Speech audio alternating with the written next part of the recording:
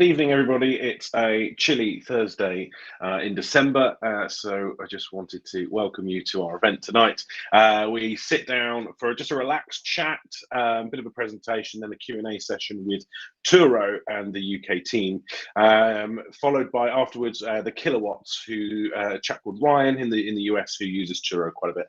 So the team will come on and explain exactly what it is, but just a sort of hello, welcome. We've got inside the comments below or in this window for you to type away any questions either throughout and we can pick them up at the end or during the Q&A session at the end. So a big welcome to everyone, and I'll introduce you to Roman and Rory from Turo. Hey guys. Hey Will, great to be here. How are you doing? Good. Very excited to get stuck into this today.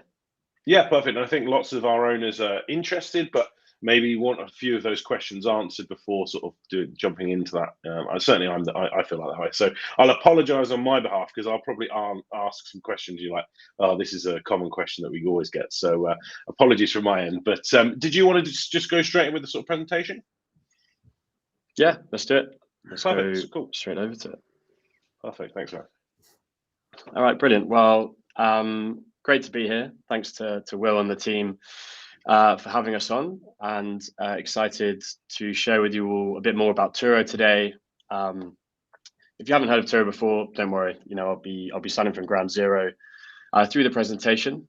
But first things first, just to give you guys maybe a bit more of a background of myself and Roman. So my name is Rory. I joined Turo about 5 years ago now to help launch in the UK. The business itself is just over 10 years old, so have seen quite a lot of development over the last few years. My role now is head of business development and partnerships, and you know, along the lines of that, I'm very excited to be working with the Tesla Owners Club and you know, reaching out to you guys and sharing with you some pretty exciting news. You know, that news being that as of the 1st of November, so last month, Teslas are now eligible to be listed on the Turo platform in the UK. It was a very big announcement for us, so you know, that's why I'm very excited to be here. It's been many years in the making to be at this stage, but more on that in a second. I'm also joined by Roman, who is my colleague, and he works in the business development team and especially on partnerships here in the UK. And he joined when we officially launched in 2018. Right, let me flick onto the next slide. So today, it should be around a 15-minute presentation. We can run through an introduction of Turo. Roman's going to take on a few more of the details about how we like work and our objectives with electric vehicles and Teslas over the coming years. Some further details on hosting on Turo, so what it takes to share your car on our platform.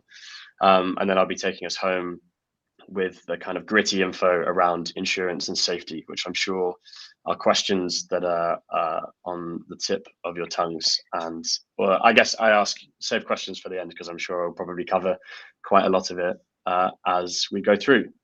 So let's kick off. What is Turo? For those of you who don't know, Turo is a peer-to-peer car sharing marketplace. And you know, the best way to think about that is we're the Airbnb for cars. So we are a two-sided marketplace where on one side, we have private car owners who look to share their cars when they're not using them. And then we have, who we call hosts. And on the other side, we have guests. These are people looking to access a car for, you know, a run out to the shops, a weekend away, a staycation to the Cotswolds. You know, you name it, it's very much a plethora of use cases that they come to Turo for. And I'll go into more details in a second about the value propositions for both. A bit more info on Turo. So we are the world's largest car sharing marketplace. We have raised $500 million to date. We have over 17 million users. I think we're probably closer to 20 million now, but don't quote me on that. And importantly, we have hundreds of thousands of car owners across the US, Canada, and the UK who are now sharing their cars and using the earnings that they make by sharing these cars when they don't use them to offset the steep cost of ownership. You know, our key goal here at Turo is to put the world's 1.5 billion cars to better use. And that's very much why we're here today, is to reach out to car owners or prospective car owners and provide, advice on the opportunities to them to share these vehicles when they don't use them. Because if we can reduce car ownership by sharing assets between us, and if you couple with that the sharing of EVs, there can be a net very positive impact on the environment, and we can help to reduce the manufacture of new vehicles. So let's dive into hosts a bit more. Hopefully this is a bit more relevant for you guys on the call than the guest side of things. The long and short of it is owning a car is expensive, and for most people it's the most expensive thing that they own. And let's say you own a house, your car is probably the worst financial investment that you've made. There's depreciation, tax, insurance, parking, maintenance, fuel or charging. For many people it's an economic black hole. But through Turo, we create a platform where you can share this vehicle when you're not using it. And we have car owners in London who are making on average around £400 a month sharing their vehicles. And if you take into account that the average car is idle 95% of the time, there is a very important switch here in the economics of car ownership, which is turning a depreciating asset into what we refer to as an earning engine. The final point on this slide is something that I was actually discussing with the Car Owners Club yesterday, and that is this concept of car up. So what we're finding is car owners who are sharing their car on Turo are realizing, oh, hang on, I'm offsetting the cost of owning this vehicle.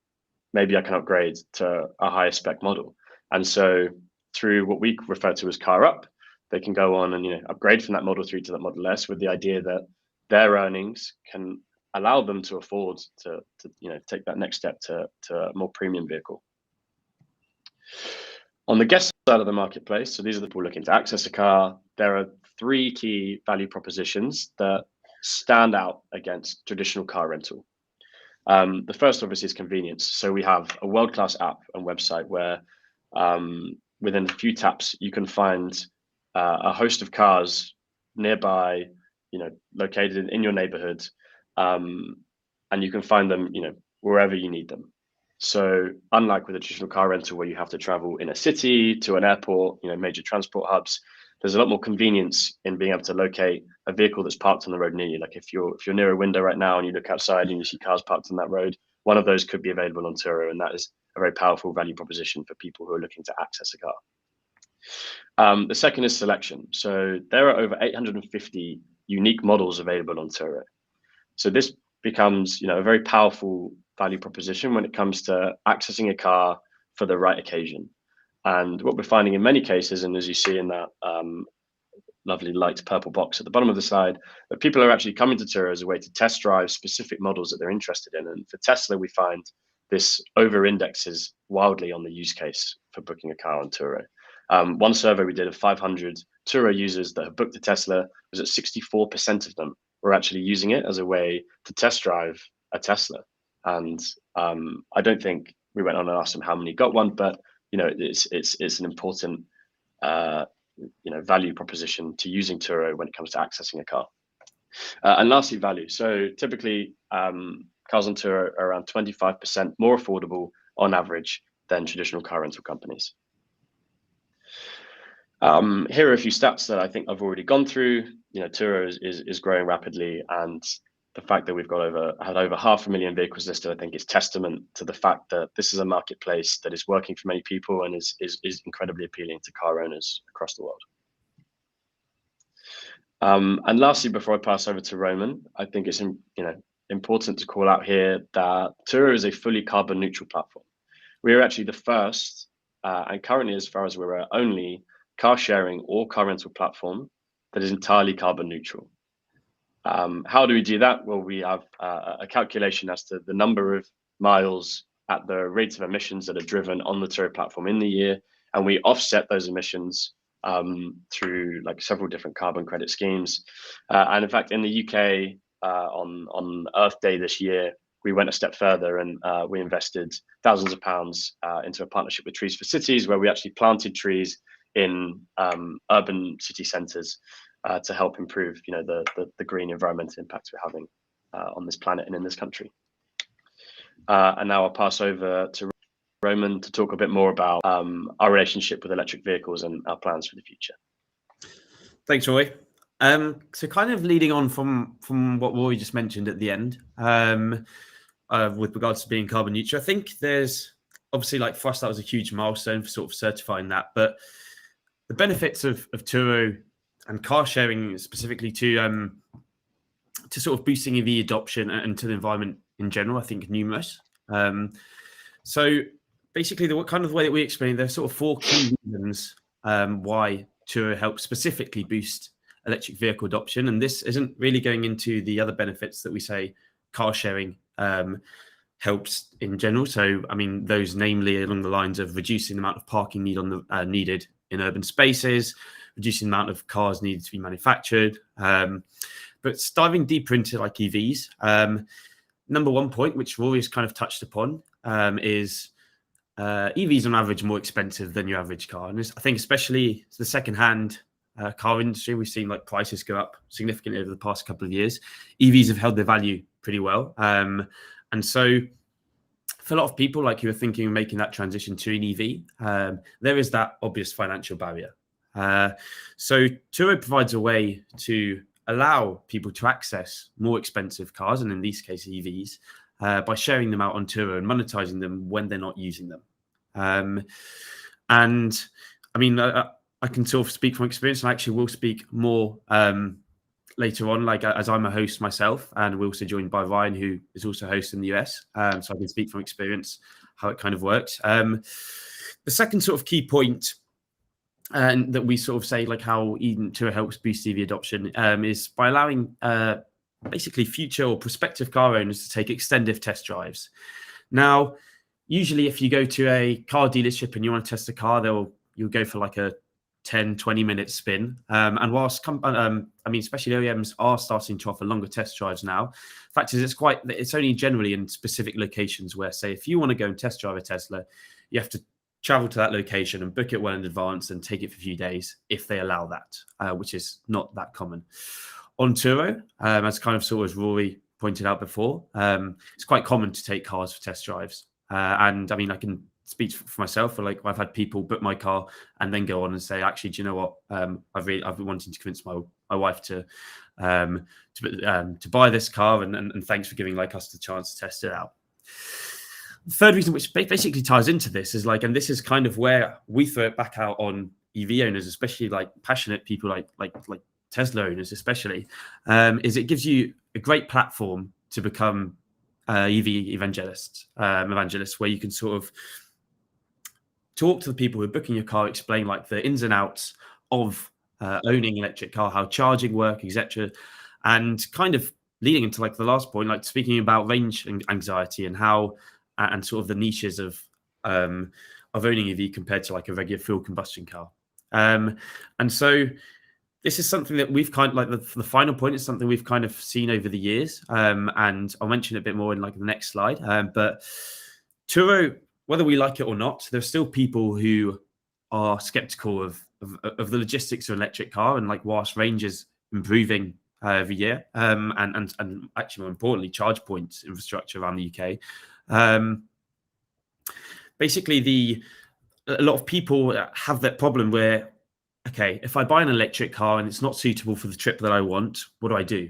And so kind of what Roy touched on earlier on is like the convenience of, if you have a Turo, a neighbor's car that you can book at any point, if you do make that transition to owning an EV, and you're going on a trip that you find may not be suitable or you don't think is suitable for that car, you can always book your neighbor's car. So that is the final sort of way where we're helping sort of people overcome those barriers to buying an EV. Could you next slide for me, please? So here are just some of the partnerships that we've put together in place in sort of our different geographies. Kind of actually the first partnership, which I won't go into too much, but basically we're planning on breaking Guinness World Record with the Association of Electric Vehicles of Quebec and Canada, pretty large EV group. That those plans got curtailed because of COVID. But the ones I actually want to talk about more are Nissan and Ford and Porsche. So Nissan is kind of building on the last point that I just mentioned. Nissan in the US, if you buy an electric car with them, so namely Leafs, you're given a $300 credit that goes towards booking a car on Turo. And kind of this is the concept of what I was explaining just now, is like encouraging people to buy an EV and knowing that if they're trying to make a journey where their car isn't suitable, they can book another car on Turo. And more kind of relevant to like the UK. So Turo is like a great test bed for new makes and models to be tested out. In the UK, we had the new Mustang listed from the start of the summer, as well as some of Ford's new Fiestas, where they're actually like one of the only places that you could book it in the UK and take it out for test drive. And we had some sort of great feedback from people booking those cars and thinking, okay, right, maybe I could go ahead and buy one. Next slide, please, Roy. And then finally, just wanted to bring up here, I mean, I'm sure Ryan can speak more to this later on, but this is just a case study of a Tesla host owner in Vancouver. We actually only went live in Vancouver, I think, in early 2020, and Darren sort of hosted since then, and just kind of like emphasizing people like on the final quote, which basically like people say is you let other people drive your car, and sort of the way that Darren's approach is like, no, I let other people make my car payment, which is kind of relevant to what I'm about to speak to now. So Roy, if we can move to our next slides, is what does it look like to host on Turo? So my story isn't half as inspiring as I'm sure Ryan's will be, but I have 2 cars in London, and please forgive me, as I say, as none of them are electric. But basically, kind of my story was when I started working Turo and I thought this could work and make financial sense. I bought a regular petrol car back in 3 years ago, and I've used that to upgrade to a hybrid, Yaris hybrid. And my plan is to eventually, I think, enter the EV world, probably via Nissan Leaf at some point, or Renault Zoe. I'm yet to confirm that. But just kind of want to say, like, I've experience in hosting on Turo. And so with this is an example of what a listing looks like. This is Alex's Tesla listed in London. You can see kind of like the sort of details that he's posting, and kind of like what I want to draw everyone's attention to is like the pricing and the calendar, because, well, if we could go to the next slide, please. I want to say that as a Turo host, you can personalize everything you want. You can basically set the trips that you want at the price that you want, at the location that you want, over the minimum duration you want. So this is kind of like an example of what a calendar looks like on Turo. You can basically mark it unavailable for certain days if you're using it, if you're whatever, as I'm sure you will be using your beloved Teslas. And you can set pricing depending on like what season it is, depending on what it suits you. Let's say you're going to be away for a few days and you're thinking, hey, do you know what? I could reduce the price for these days. You have entire control over that. Next up is kind of like, and I'm just highlighting a few things that there are plenty more tools that you can do. And like, maybe we can go into those another day if people have more questions, but just highlighting things like basically ways that we allow you to personalize your hosting experience on Turo, and selecting like locations. And so you can basically choose exactly where you want to host the car. You can add delivery to airports. A lot of people, when they think about businesses and people coming in, if you're located near a major airport, people coming from the US, you can basically personalize all of this within the app. And then finally, Roy, just wanted to sort of play this quick video, just in a second, Roy. This video is basically an explanation of, well, it's the process of how to connect your car with Turo Go. Now, as I'm sure you're probably all aware, Tesla's come with the capability to lock and unlock your car using your phone, which I think is absolutely incredible. And so we integrate with that Tesla app to basically allow people to access your car without the need for you to be in there. So what does that mean? That means that like if you are away for the weekend and you want to hand your car over without physically being present, you can do that for free, completely connected with Turo. Conversely, if you are, and as kind of what I mentioned before, if you want to meet your guests and talk to them and sort of run them through, which a lot of people do, it does just allow you to, it allows you to basically when they return the car, for you not necessarily need to be there. So, well, if you could just, I'm basically just showing how quick and simple this is. It's simple integration on our end. You just go to your host profile and you can see that it's as simple as logging in via your Tesla app connection and giving like necessary permissions to Turo to basically access that and allow guests to lock and unlock your car. We will also send you a free lockbox and a radio frequency blocking pouch so that you can keep your key in the car sort of safely for your guests to access. But the short of it is, you can hand over your car with Turo, but a lot of people prefer to meet in person, and there are actually like a number of different ways that people use to hand over their cars. So that's kind of like a nutshell of what it looks like to host on Turo. Open to any kind of questions when they come later, and hopefully Ryan can be able to speak more specifically to what it's like to hosting a Tesla. And so over to Rory for the nitty-gritties of insurance and protection. Thank you, Roman. My favorite subject. Okay, so let's jump into the detail. Sharing a car is scary. I get that. That can be, for some people, especially in the UK, where the concept of car sharing is potentially not as prevalent as it is in the US, can be a daunting task. And I'm sure if you discuss Turo with people before, the response I get a lot of the time is, why would I let someone drive my car? Like, why would I, risk having, the issues that could come with driving a car in my own vehicle that I'm not driving myself, as someone else. And what we have in the UK is a partnership with a leading insurance company. And the key point to take away, if there's anything you take away from the presentation today, is that all trips on Turo are insured by our partner, Aoi Nisei Dower. And this insurance for the duration of Turo trips supersedes your private insurance policy. So let's say, Roman one day purchases a Tesla Model 3 and he uses his Turo earnings to offset the cost of owning it. He shares that on Turo. I booked that from Roman from 2 p.m. on Friday to 2 p.m. on Sunday. For the duration of that trip, when I'm driving that vehicle, my insurance through Turo supersedes Roman's personal insurance policy on that car. As a host, you get two insurance options. We refer to them as protection plans, the 65 plan and the 75 plan. The reason I have those names is because that's the percentage of the trip price that you take home after the reservation. So let's say, you list your Model S at £100 a day. If you're on the 65 plan, you take home £65. If you're on the 75 plan, you take home £75. There obviously are additional risks associated with the 75 plan. So if there is any physical damage claims, you're on the hook for the first £250 of that claim.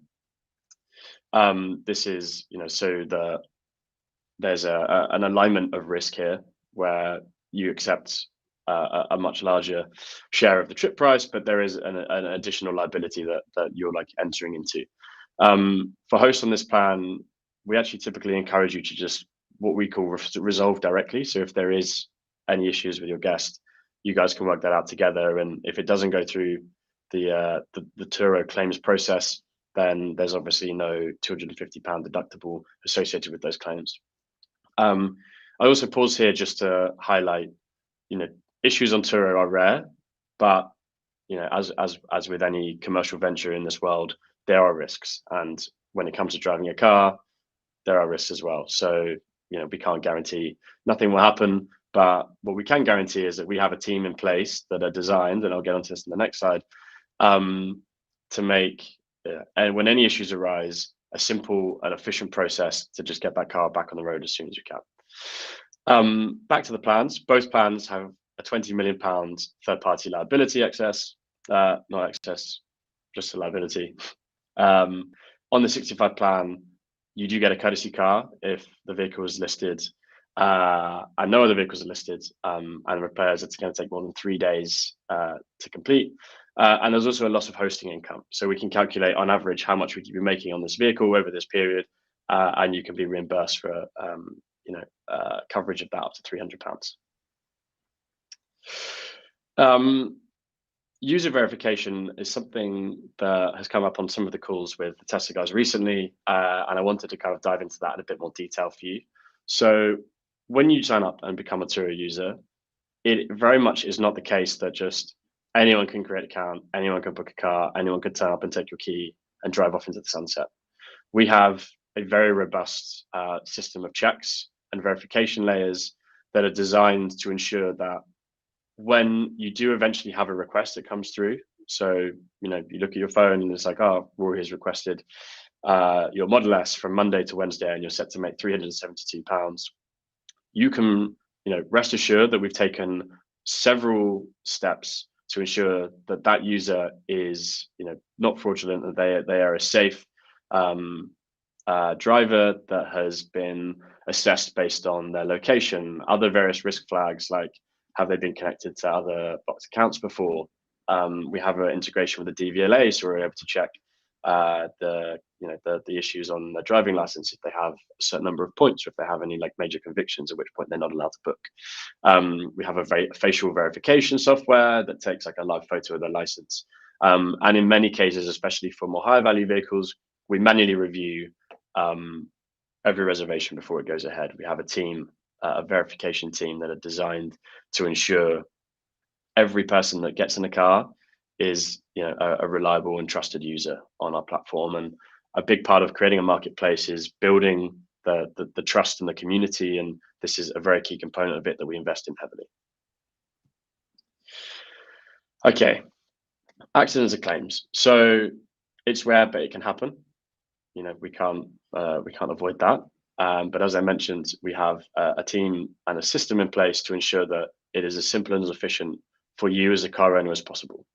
If your vehicle is damaged, you can report this through the Turo app. We have an entirely smooth process designed with a strong UX to ensure that you're able to resolve these situations. Alternatively, feel free to resolve directly with the guest. In many cases, this may actually be a more simple and straightforward process, especially if you have a good relationship with a local garage. If you do submit a claim through Turo, it goes through a review process where we have a dedicated claims associate who will review the damage. The Turo app prompts you before and after a trip to take around 20 images of the condition of the outside and the inside of the car. These are the images that we use to build a claim and to review the eligibility for various claims. If we go ahead with it, then we have a great network with our vendor of repair facilities across the UK. And there are 270 repair facilities for EVs, and we even have 32 Tesla-approved locations. If you do have an alternative garage, an alternative repairer that you'd like to use, by all means, let our claims associate know, and we'll be able to look into how we can work with them. And I think this is my last slide today. FAQs. These are a few questions that have come up that weren't necessarily touched on in the rest of the presentation, but I'm sure are probably on the tip of your tongues. Can I show my car if it's leased? In the UK, you have to confirm with your leasing company, with your lessor, if you can show your car on a car sharing platform. Some of them are open to it, some of them aren't. Some of them are unsure or don't really know what it is. So the most important thing is that you contact them first before doing so. Obviously, if you own your car outright, you're welcome to do whatever you like. Do I have to clean my car for every trip? So this is a new policy that we brought in the post-COVID world, and it's part of our commitment to the safety for our users, to ensure that they feel comfortable using Turo, because when you're not using a traditional car rental company, if you're just using someone's car, we want them to feel safe that when they do get in that vehicle, it's clean and it's disinfected. So we ask our hosts to ensure that the car is clean before it's picked up. The vehicle is also communicated to the guest that it has to be returned in the same condition that it's received in. If it is returned and there's clear signs of abusive behavior, and there's a mess, whatever, then you can report the issue and we can potentially charge them a cleaning violation fee. And then lastly, one of the key questions that comes up all the time: can my car be driven internationally? So our policy allows travel from the UK to the EU. However, the process is that your guest has to ask your permission in order to take the car outside of the UK. If you provide them with that permission, they notify Turo, and we provide them with a hire certificate that allows them to travel outside of the UK. So they can't actually travel without that. And I'll pass over to Roman for the last slide of the day, which is my favorite slide. And then, we can pass over to Ryan and finish up with some FAQs. Thanks, Joy. Won't keep you guys much longer for this, but pretty simple. We basically, as part of like our agreement with Will and the team, for Tesla owners club members, and sort of valid. I mean, valid until the end of the year is we will double the first £400 of earnings that you guys make on Turo. So if you finish your Turo listing by the end of this year, and you make £400 into next year, we will honour that. So let's say, for example, you list your car today, you get a booking for £150 over Christmas, and then you make another £250 in January. We will double those earnings for you. So you'll have made £800 off your first 400. That's kind of like our kind of introductory sort of offer just for Tesla Owners Club members. No one else can get that. And then paid Tesla Owners Club members who list on Turo and complete a trip will also be offered a free professional photo shoot, which you can obviously use for your personal side, but also make your Turo listing look even more appealing to your average Joe out there who wants to book it. And you can find more full terms and conditions online. I'm sure we'll share that document, the page to everyone after this. But that's it from us. We'd love to see you on Turo and looking forward to answering all your questions. And Ryan will be joining us. Perfect. Thank you, Roman and Rory. That was, sort of trying to get it all in your brain at once, but really appreciate that. So we have Ryan here from the Kilowatts. So I'll just bring him on screen. Hey, Ryan, how you doing? Hey, guys. Awesome to have you. Well. So for those that don't know, Ryan, Ryan's going to do a little introduction, but Ryan is a Turo user that rents out his Tesla in the US. So we thought we'd just bring him on as sort of like an expert from an owner's point of view, because whilst we appreciate Roman and Rory's side, it's always great to have a direct owner's experience because it's an important asset that we all are owning and potentially renting out. So Ryan, are you okay just to do a quick 1 minute intro of your experience and how it happened? Absolutely. First of all things, I'm here in Washington, D.C., very American of me. I'm literally able to see the Capitol. I'm at the airport now on my way back to SFO, where my Turo rental, actually my Model Y Performance, was just returned a few hours ago. So this is in a number of ways kind of ideal, and unfortunately for the audio, a little bit not ideal. So please let me know if you guys ever can't hear me. Hopefully the AirPods will do their job. But yeah, high level. Hi, I'm Ryan. I run the YouTube channel, the creators called the Kilowatts. Our goal is to basically inform people, educate people about electric vehicles. If you've been following us, you know that we really do believe in just very direct communication as it relates to which cars are the best, which experiences are the best. And so as a result, I'm often fairly critical of other non-Tesla brands. Tesla, after working there, I'm very much steeped in the ideas that Tesla has done right. Simple user interfaces, a lot of these things that Tesla has built to make their cars fairly robo-taxi ready are also making them great for Turo vehicles. And when I was working at Tesla, I started hosting my own vehicle when I had the opportunity to buy a second. Very rarely does Tesla allow for any kind of discounts, but at the end of one quarter, at the end of 1 year, I was able to buy a new all-wheel drive Model 3, potentially selling my rear-wheel drive Model 3 at basically no cost to me. And so I did that, but I didn't quite yet have a plan to sell the car. And it was a colleague actually on the media team making videos who said, hey, have you considered Turo? Because I know you love that car. It's an early VIN 297 out of the factory for Model 3. And so I was like, yeah, I want to keep this car. I love this car. And he said, well, why don't you try that? And so I did. And since then, I've grown my ownership at peak. I've owned 6 Teslas. I own 4, but I think that's just a result of how the business operates. Again, both this YouTube channel, we just recently sold our Mustang Mach-E and got a long-range Model S, which I just added. And I haven't even announced any of this. We have a YouTube video going tomorrow announcing all of this, that we just got the long-range Model S to rent on Turo. So I've got basically 3 years of experience on Turo, mostly with Teslas, also with other vehicles, renting when I travel. Really happy to share anything of my experience, whether it's on this call or otherwise. But yeah, in my experience here in the US, Turo has been a great way to own. I've actually even rented because I go to the extreme, at least as extreme as I can. I host all my vehicles all the time. If I ever need a vehicle, I'll increase the price, or if I truly need a vehicle, I'll block it. And then worst case scenario is I'll rent one. And I've actually even rented Andre, the CEO, the US CEO, the global CEO.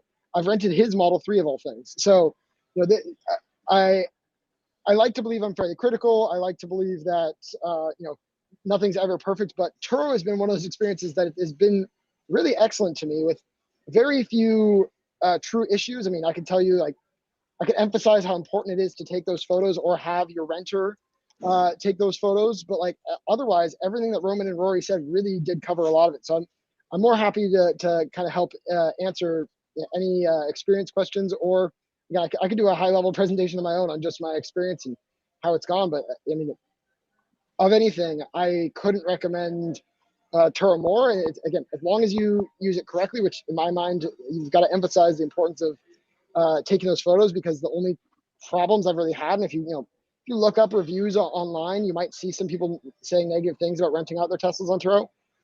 It's only often because of themselves, because they didn't take appropriate photos, or they didn't have the renter take appropriate photos.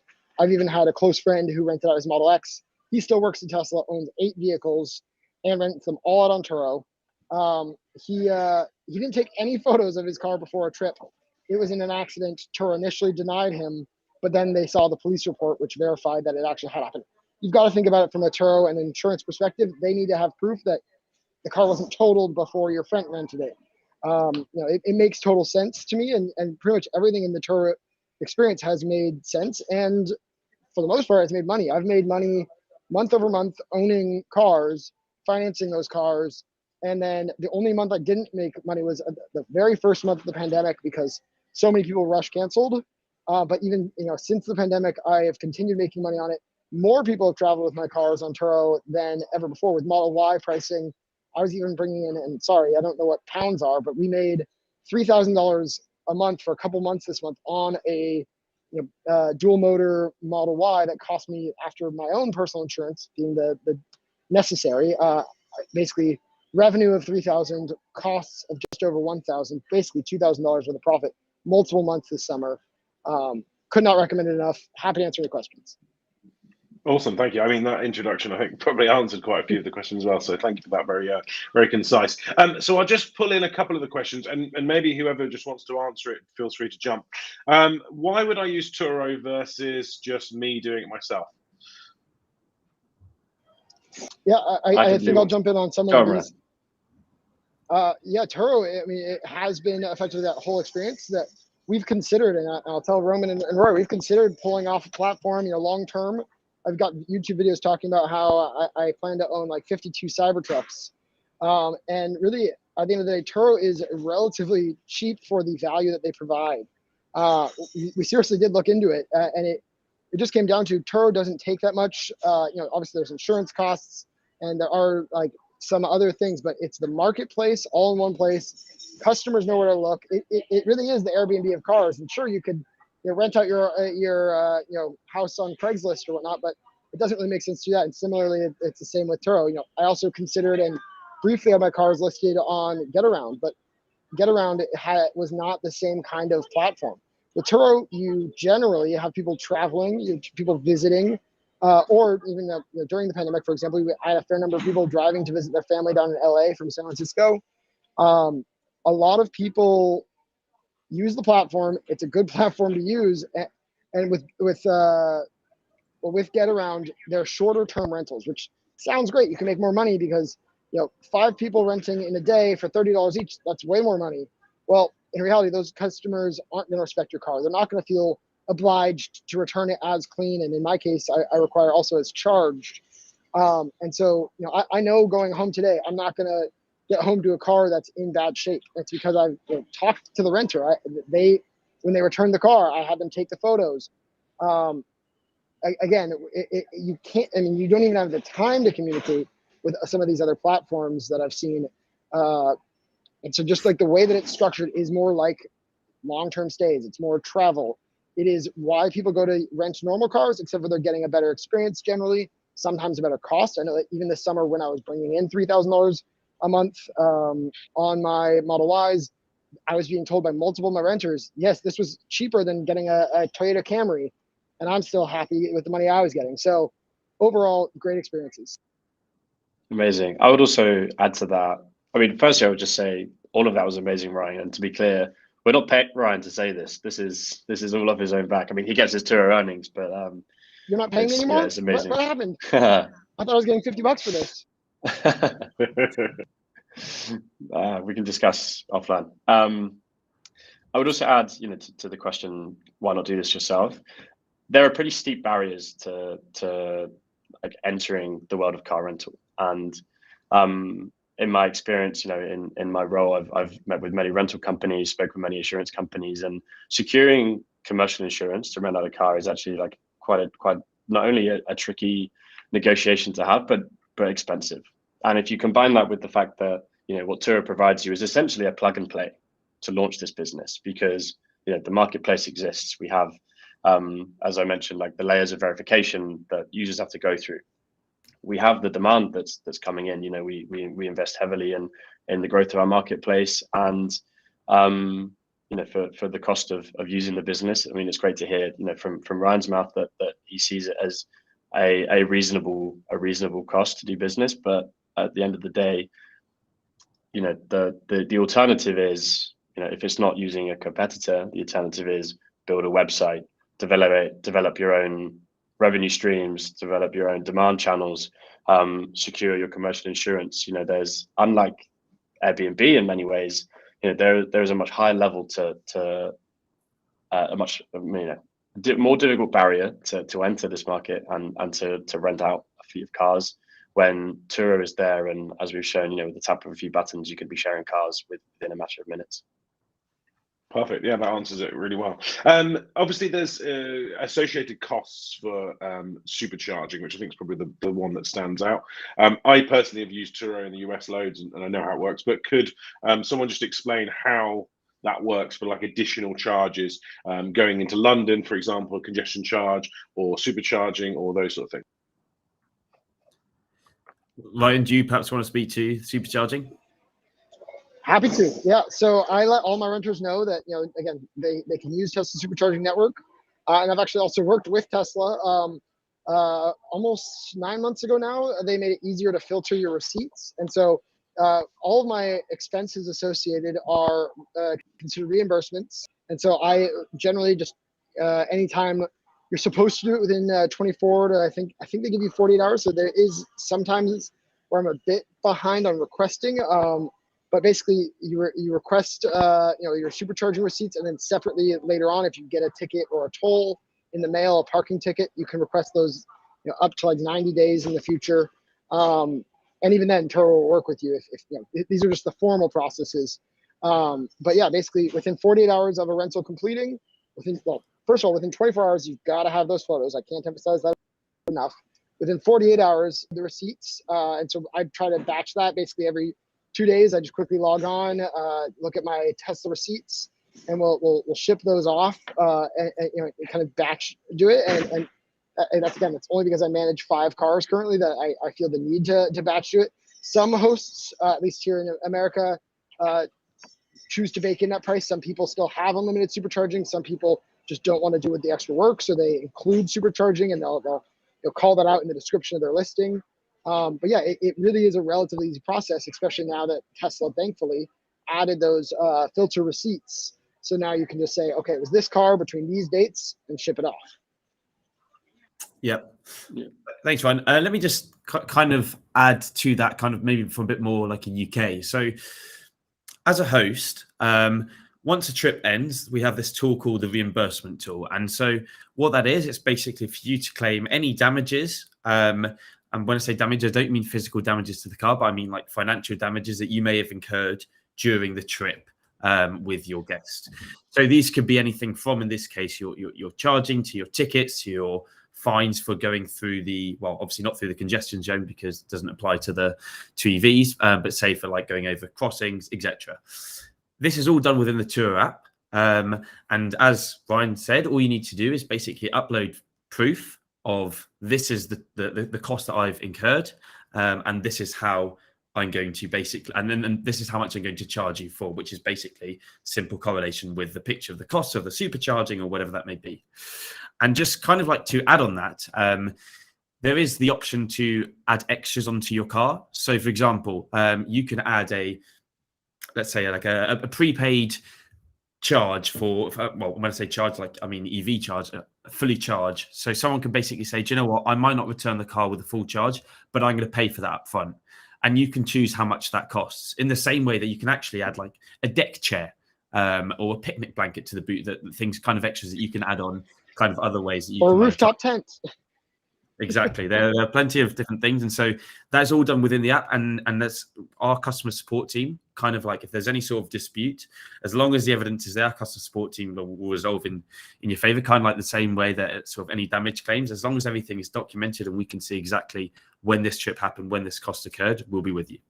Mm-hmm. I think there's also, and correct me if I'm wrong, Ryan, there's now an inconvenience fee for hosts. So if your car isn't returned at the same level, if you do have to, go and charge it yourself, there's an additional fee that you receive from the guest on top. I believe there is. I think that went into place so recently. I think that went into place so recently that I haven't noticed it yet. But yes, I believe I saw that email come through. Perfect. In the past, clearly, some Turo/Tesla owners have put in like referral codes for Tesla for buying a car. So you task the car, you get a referral code, and hoping that the person would go on to buy a Tesla, and you would get a sort of small incentive. Obviously, Tesla has now stopped that referral scheme. Is there anything within the terms and conditions with Turo to say, right, I'm going to put a referral code in for like a leasing company that we're partnering with? So, for instance, one of our key partners is Octopus Electric Vehicle Leasing. You could put a referral code in the car, or maybe on message or something. Is that possible, or does that go against terms and conditions? That's a good question. Could you maybe rephrase that again, Will? I didn't fully understand that. So we're talking about current owners of Teslas, yeah, and where is the referral coming from exactly? So it's, imagine someone, I've just rented out my car. Someone's driving it and they say, wow, I love Tesla, I want to buy a Tesla. In the past, you could give them a tesla.com, your referral code, for them when they buy a Tesla, you would get an incentive. That's now stopped, but other companies, one of which is, say, Octopus EV Leasing, give members a referral code to give out to people when they want to buy a Tesla. Would that be allowable? Or is it something you have to come back to? Yeah, I don't see why it wouldn't be. From our perspective, part of our role, and we have an entire host team here in the UK as we do in the US. I'm sure they've spoken with Ryan, that are designed to support our hosts to build their businesses. We provide insights on which models are particularly popular, or we even provide in some cases P&L statements that allow them to help to build their business. In a spreadsheet form, so they can really understand the commercials. We do all of these things so that we can support those small business owners to add new cars to their fleets, and as Ryan has now scaled himself up to 5 Teslas, wherever those Teslas come from. That's a good news to us, good news for them, and if there's an incentive that can come with that, that's great. And I would love to actually find a partner who would be open to incentivizing people to buy a Tesla, or even refer Teslas to their friends. And on top of that, just to reiterate, as Roman mentioned at the end of the presentation, we have our own incentives. So all new Teslas that get listed by members receive a £400 bonus for sharing that car in the form of an earnings match. So when you make your first £400 listing that Tesla, we top up your earnings with an additional £400. So maybe even combining a couple of incentives from referring of Tesla to listing a new one, there's hopefully some extra cash to be made from there. Perfect. And Ryan, did you experience that sort of same thing with the Tesla referral code, or was that something you just kept away? Yeah, to be honest, at the time, I kind of kept my code kind of to the side. I basically told my renters when they would ask, hey, I recommend you get a referral code. Let me know if you need help finding one. I'd happy to share mine. I think it was multifaceted with my experience. I was still working at Tesla when I first started hosting on Turo. So I didn't want to overlap my my 2 jobs, I'll call it, too much. So I did make a few referrals to guests, and I even still to this day have either customers buying new, or actually one of my renters, oddly enough, 81-year-old gentleman, a great guy. He's looking to buy the car that he rented. He wants that car specifically. And so, everything under the moon that you would expect to happen happens. And I haven't had any issues with telling people where to go for a car wash. I can't imagine, at least at this time, that from what I'm hearing as well, if there's any policies excluding anything like that. I think a lot of how Turo operates seems to be, with good faith, good intentions, and again, good documentation, you basically can't go wrong. Amazing. I would also just add, I've seen a comment about the bonus being too short, because at the moment the terms of the bonus run just to the end of the year. So you have to list a car before the 31st of December in order to benefit from the £400 incentive. We will also be running a bonus next year. I can't confirm exactly what the value will be. It may not be as high as £400, but we acknowledge that 2 weeks is not necessarily a achievable time frame to. I mean, maybe for Ryan, but for people who haven't purchased multiple Teslas or worked in Tesla before, sourcing a Tesla may take a little bit more than 2 weeks. So just a quick few things on that. Because I just got my Model S on Friday. We actually haven't even announced that we own it yet, but did want to list it on Turo to get some holiday travel.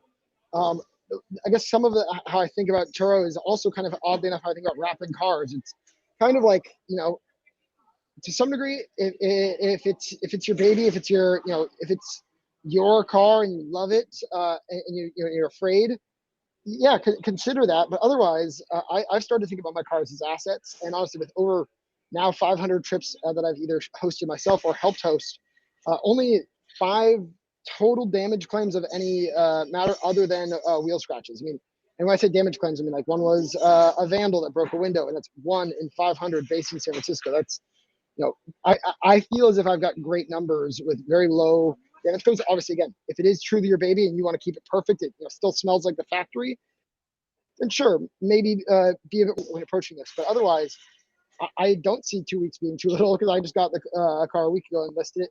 The process to actually list is quick, and again, you can set your own price. So what I've done with the Model S that I don't want renting out too much, because I actually plan to personally wrap it like a Nardo gray, is I have made it price prohibitive to most people that would otherwise maybe be looking for a quick rental. I've also made it a 3-day minimum. You can set your minimums both in price and time length. So, the shorter rentals, especially what I experienced when I was using Get Around, was people that are just looking to get around. It makes sense. But maybe set a 2-day minimum. Get the car on the platform, get it renting out, but maybe for longer periods or at more cost. There's definitely a number of ways to approach getting started on Turo, and then kind of tapering in your own comforts, because that's exactly what I did. Is again started with what was my second vehicle. I ended up listing both my vehicles, buying one more, kind of slowly ramp into it. I think a lot of people see it as an all or nothing. You have to be either a multi-vehicle owner such as myself, or not at all. And I think you can do it with your one vehicle, just out of convenience, out of help me pay my car payments. The only thing I say to those people are, likely the times that you want your car, like on the weekends, is also when you're probably going to get a lot of guests. So you might be losing out on the, some of the best market opportunity. But again, it's a platform that enables experimentation. And so I don't see 2 weeks as honestly too much of a problem. I think that it's reasonable, but I think a lot of people have reasonable concerns, but fortunately Turo enables you to flex the platform to your personal comfort. Perfect. So we've had a couple of questions about wheel scuffs. So minor damage. How does that work? Presumably you don't want all these insurance claims. So how does that work? Yes. So I'll briefly answer, and then Roman and Rory might have their own words on this. But in my experience, and this is why I said kind of don't rent out your baby. The wheel scratches are the biggest thing to be concerned about. Especially if you've got like some referral wheels or something like that. But otherwise, the way that I treat my wheel scratches, and Roman and Rory might tell me otherwise on this, is that I basically wait till when I've got brand new wheels like I have now on that Model S. I know the cost. I've got an official quote that I've now done multiple times, and it's $150 in the Bay Area, $150 US to get those repaired, and that's well below kind of most claim numbers. And so basically what I do is I just, again, make sure I've got clear photos up beforehand, especially if I've got 4 fresh wheels and tires on there. I let my renter know about it. Hey, by the way, be a little bit extra cautious. And I try to keep my messages short. I don't write a whole paragraph like I get with some Airbnbs. I say, hey, by the way, I've got fresh wheels and tires on there. Please be careful. If you scratch them, I will have to charge you $175, $25 for my time. Not really enough, but it sounds like there might be an inconvenience charge that I can charge now. I say $175 to repair those wheels, and then once all 4 are scratched, I actually go and take it in. So again, those clear photos documenting which wheel is mounted on what part of the car, documenting any existing scratches. But yeah, basically once there's one scratch, you can't really charge for any new scratches until you get repaired. But again, it's intuitive stuff. If you think about it from their business side, from their insurance side and whatnot, it doesn't make sense to file a claim for that. You can, but that person's deductible is likely, at least here in the US, the minimum deductible is $500 US. So generally it's kind of the thing that, hey, this is unfortunate. Let's deal with that off platform. And then they often pay via Venmo. If there is ever any issues, I do know that Turo has had my back for 1 or 2 of those. And to be honest, again, my 5th rental ever was when I got one of my worst rentals, but it was returned with scratches on all 4 wheels. I didn't recognize it. I was brand new to the platform. This is what I'm trying to warn you guys about. I didn't recognize that issue because my renter also put 1,800 miles on the car, which again was actually allowed. I really wanted the car renting out early on, so I put high limits on it. Again, you can flex those things, but he returned it in the rain, and so I didn't come out and look at my car until 48 hours later, and I found out that the wheels had scratched. Wasn't a problem. He ended up paying for half of it, but he didn't have to because I didn't document it. So at the end of the day, take those photos, document it before and after, set expectations. That's my keys. That's what I recommend. Anything to add, Roman or Rory, on that? I think just kind of to bring back on what we said about protection, there is I think there's something that this is all, by the way, explained online. If you're looking for like specific policies, by typing in Turo support, there's like a whole support center where you can basically find like what is classified as wear and tear and what is classified as what basically am I covered for. The short of it is that is kind of why we offer 2 protection plans. And I think in the US there's actually more than that. But so just in terms of like for that full peace of mind, there's a 65% plan that sort of covers you for everything. I just actually was thinking, I just saw a few questions come through, and sort of kind of in the interest of time, I thought I'd kind of give like a quick answer to the top 3 that I've just seen. And then hopefully maybe Ryan, you can take the ones a bit more specific to you. So in answer to like how to practically rent out your car whilst traveling, I mean, Ryan can go into this after, but kind of like Jason, that is kind of where we bring back to, there are a number of ways that you can hand over your keys to your guest. That can be via Turo Go, as kind of I mentioned. Some people use lock boxes, some people prefer the physical handoff, and actually kind of like quite a cute way. We've seen quite a few families sort of basically pass this job off to their kids, and they basically allow them to, they tell them basically, you clean the car, you manage your business, and you give them the kind of like that kind of, so basically we encourage you to get other people involved if you can't yourself. And it's kind of like a nice way, treating your family for that. So that is, when it comes to like the logistics of key handover, that is all fine. Pricing, it's actually an interesting question. Again, I'll let Ryan speak to that in the US. In the UK, we don't have much data, to be honest, on Teslas, especially like around the UK, because whilst we have had Teslas listed with like people who provide their own insurance, we don't have a huge amount of data on this. So kind of what we generally say with pricing for new hosts is price it at a price that you would be happy renting it out. And let's see if that works for you. And if it doesn't, basically keep lowering it until you reach a point where like, do you know what, that isn't worth it for me. The other thing is seasonality makes a huge difference. I mean, Christmas is probably like it's a huge time for bookings, and you'll see this like as throughout your journeys as Turo hosts. Summers and Christmases and Easters and holidays, weekends are like tend to be way more busy than per se like during the week.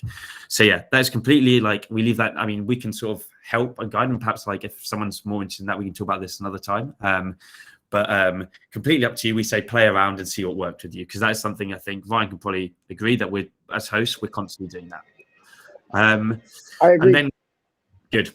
Actually, I'm glad we're on the right track. And then just in terms of like the like where your car is located, where they can see that when someone's booking a car, you can basically see the pin in the map. You can basically you basically could choose where you want that car to be listed. People can't actually see the exact postcode, exact where it is, until they've booked the car. So they will see like a large dot, which is like the area, but in terms of like the actual location, exactly like your house number, etc., they will need that for obviously when they pick up the car. And to be perfectly honest, I have mine listed a couple of doors down just in case, just so that, but it's in the same sort of area, and my car's parked on like a visible road where people can sort of see where they are, but that isn't visible to everyone. So if you list your car today, no one can see that, hey, your Tesla's listed at 84 Johnswood. So and now we know where Roman lives. And so, yeah, I basically do a lot of those same things. Pricing, Turo, at least in the US here, has recommended pricing. Unfortunately, there isn't like a tolerance level. I generally want my cars rented out more than the average Joe. So I generally will actually be priced below that. Some people will be priced above that. Again, my Model S, for example, is priced above Turo's recommended pricing right now. But I have automatic pricing turned on, but then I will adjust my prices all the way up in like for the whole year according to demand. And so I will similarly, like every 48 hours or so, or again, my employee every 40 hours or so will just go in and see how our demand's looking. We like our cars to be utilized roughly 66% of the time. And so if we're dropping below 50%, then we need to lower our prices. If we're getting above 80% utilization, then maybe we need to increase our prices. So again, a lot of this can be done based on your own tolerance of what do you want to see from your car renting out. Obviously, the market will dictate it. And if everyone on this call lists their cars tomorrow and is fine renting them out, then yeah, you'll probably all be disappointed because you'll get maybe US dollars less than $100 a day. For me, Teslas should be going for at least $100 US per day, all the way up to about $200 per day. I do allow for good discounts, again, because I want my cars rented out. I will list my cars basically for around 150-ish US dollars, and then provide 20, 30, and then 50% discounts as time goes on. If someone wants to rent my car for a whole month, that means very little labor for me, and generally, surprisingly, that also means they're not driving it that much. So those actually are phenomenal for me. So I give them a 50% discount.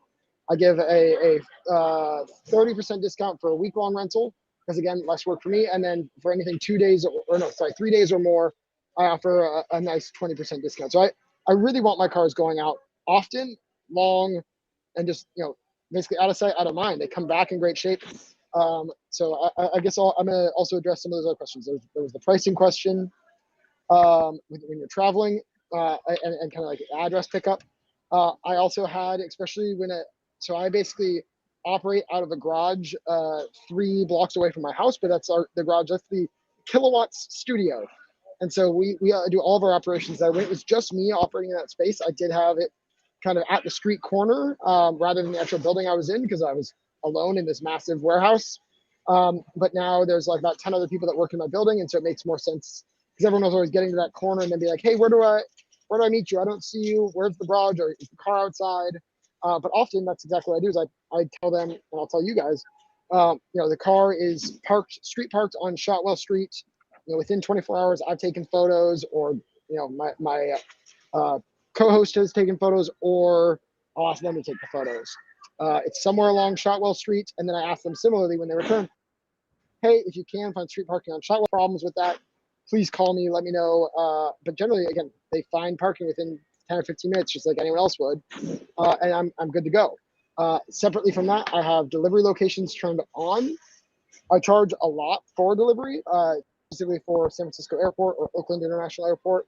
I charge $100, I think, for SFO and $120 for Oakland. And that's mostly just to cover my Uber and a little bit of my time. Again, similarly, it doesn't fully cover my time, but the rental ends up covering it. So, again, it really is a platform where you set it yourself, whatever you're comfortable with. If you don't care at all, list your car for $30 a day, and good luck. You'll be sharing your car. You'll be an evangelist of the electric mobility revolution. But my goal is somewhere in between, where I want to make money from it, and I want to share electric vehicles, get people into electric vehicles, and this is one of the main ways how I do it. Perfect. Any other questions that I missed? Yes, one question here. So I like they like the idea of it. Separate insurance policy. Presumably, you need to inform your current insurance provider, and that's presumably worded on the Turo system, sort of what you actually ask them. But do you also then have to sort of declare that it's business use, or because there's a separate policy, insurance policy, do you not have to do that? How does that?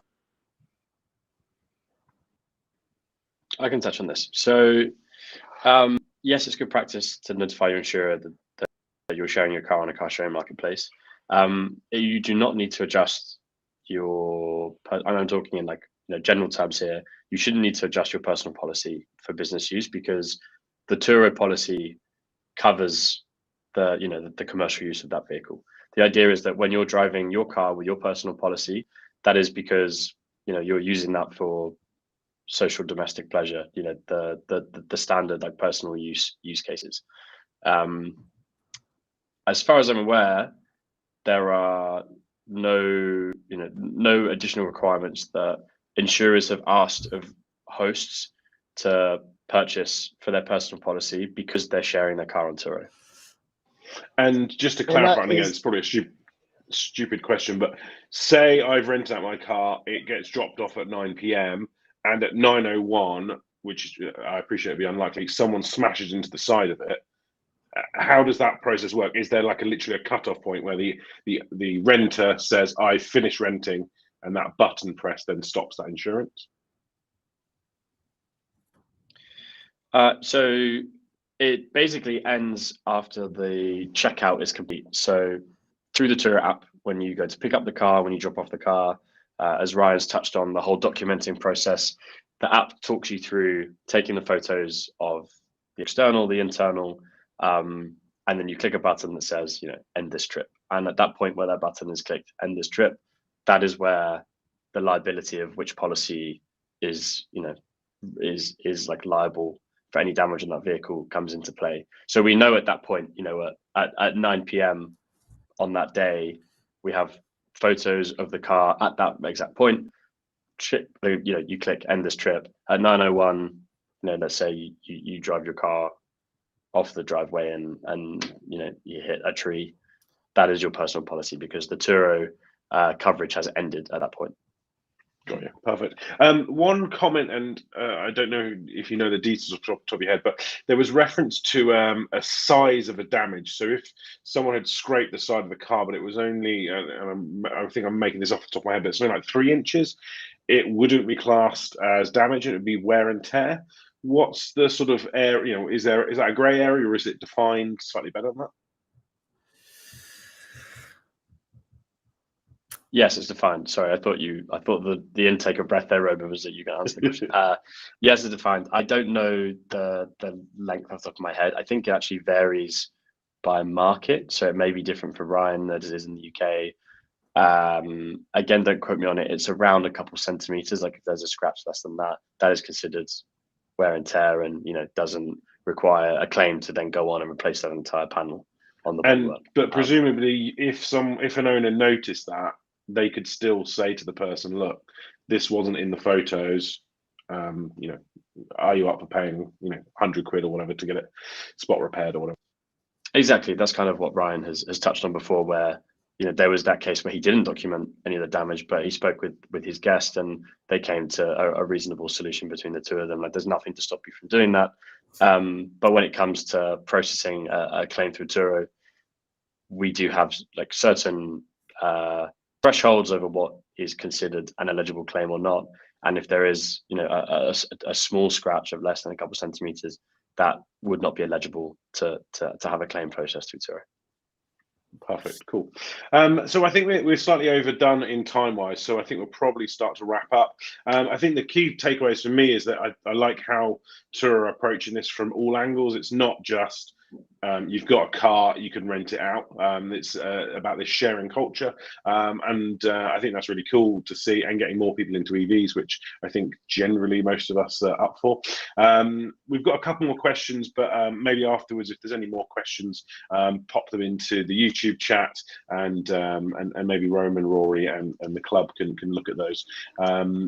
And one other thing, I'm actually planning already kind of a year in recap for our Turo hosting. So early next year on the Kilowatts YouTube channel, we'll be having kind of our experience. We've already done a video like this before, but we'll also be recapping there. So please, yeah, I'll be responding to comments to the YouTube video for the next couple of days, but also check out that video sometime early next year.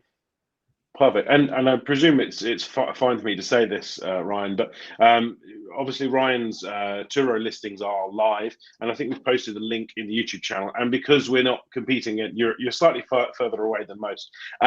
Presumably, you'd be okay with people looking at those listings and maybe taking some notes and of the best approach for those. I've had friends basically direct copy and paste.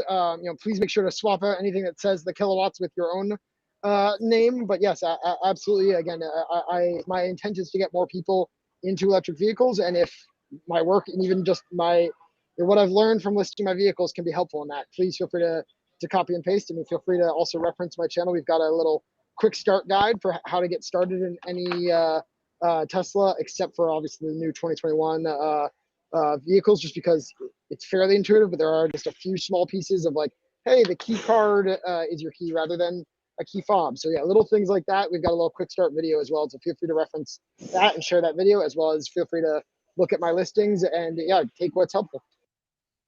Perfect. A quick fire, last couple of questions. Are there any restrictions on model? For instance, one car is quite old. It's got over 100,000 miles on it. Is there a restriction for that, or is it open? In the UK, our threshold is it has to be under 10 years old. It has to have less than 140,000 miles on the clock, and it has to be below £100,000 in value. Otherwise, that's all to list the vehicle, correct? Yes, that's the eligibility to list a car. Yeah. Yeah. So hypothetically, if you had 100, you had like 100,000 miles on it, it can eventually exceed those miles as long as it starts with less than. Exactly. And so that's something that like our team will like reevaluate once. So like if a vehicle is listed that is 10 years old now and then tomorrow it becomes 11 years, if there's like a damage claim and whatnot, then our team will reevaluate, is this vehicle fit to be on the platform or not? But yes, there are cars that will now be 11 and maybe 12 years. So unfortunately, there aren't many Teslas over 10 years old. So yeah. True. What excess does the guest have to pay in the event of a claim? So a guest can choose from 3 separate protection packages for them that they pay when they book the car. Each of them have a varying deductible that they're responsible for. I think, so we have like Premier, Standard, and Minimum. These change every few months, so I don't know like exactly off the top of my head, but it's roughly around a £250 deductible, £1,000 and £2,000, and then you obviously pay more for that package when you book the car. Yeah. So that is, the Premier is £250, the Standard is £750, and the Minimum is £2,000. Perfect. And last question: is there a minimum number of days per week, month that a car is required to be rented out? No. Full self-service platform. We say you can use it as little or as much as you want, and you can make all those settings work for you. Great stuff. So we'll put the link on the screen for anyone that's interested in learning more about the offer and Turo in general. But I just want to say a big thank you to all 3 of you for joining us tonight. Answering questions is really useful and is appreciated. So thanks for your time. And we'll leave it there. So good to see you all. And yeah, we'll catch you later. Great. Thanks, Will. Thanks, everyone. Thanks, everyone. Cheers.